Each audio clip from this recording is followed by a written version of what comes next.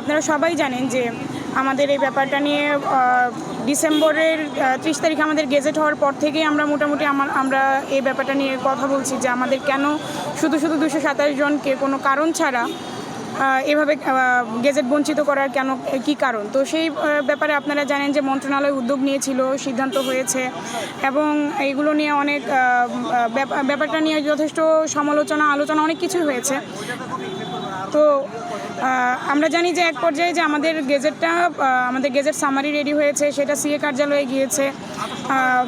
প্রধান উপদেষ্টার বা অন্য কোনো নির্দিষ্ট কোনো উপদেষ্টার হয়তো বা ওনাদের সম্মতি বা অবজারভেশন এইসব কিছুর মধ্যেই আটকে আছে। তো এইগুলোর ভিতর দিয়ে আমাদের কিন্তু এই যে 4 মাস চলে গিয়েছে, এর মধ্যে আমরা কয়েকটা টাইম ফ্রেমের আশ্বাস পেয়েছিলাম, কয়েকটা ডেডলাইন পেয়েছিলাম যে কখনো শুনেছি ঈদের আগে হবে, কখনো শুনেছি ঈদের পরের সপ্তাহে, আবার পয়লা বৈশাখের আগে।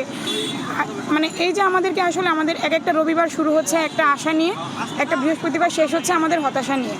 তো এই লুপের মধ্যে আমরা যে পড়ে আছি, আমরা কিন্তু আসলে এখান থেকেও কিছু পাচ্ছি না, আমরা কোথাও মুভ অনও করতে পারছি না। আমাদের এই জিনিসটার এখন সত্যি কথা বলতে আমাদের এখন দেয়ালে পিঠ থেকে গেছে। আমাদের এটার জন্য এই পর্যায়ে আমরা আসলে আসতে চাই নাই বলে এই 4 মাস যাবৎ আমরা আস্থা রেখেছি, আমরা ধৈর্য ধরেছি এবং আমরা এটা এখনও আমরা বিশ্বাস করি যে রাষ্ট্র প্রতিশ্রুতি দিয়েছে, রাষ্ট্র তার প্রতিশ্রুতির প্রতি শ্রদ্ধাশীল থাকবে, আমরা তাহলে রাষ্ট্রের প্রতি আস্থাশীল থাকব।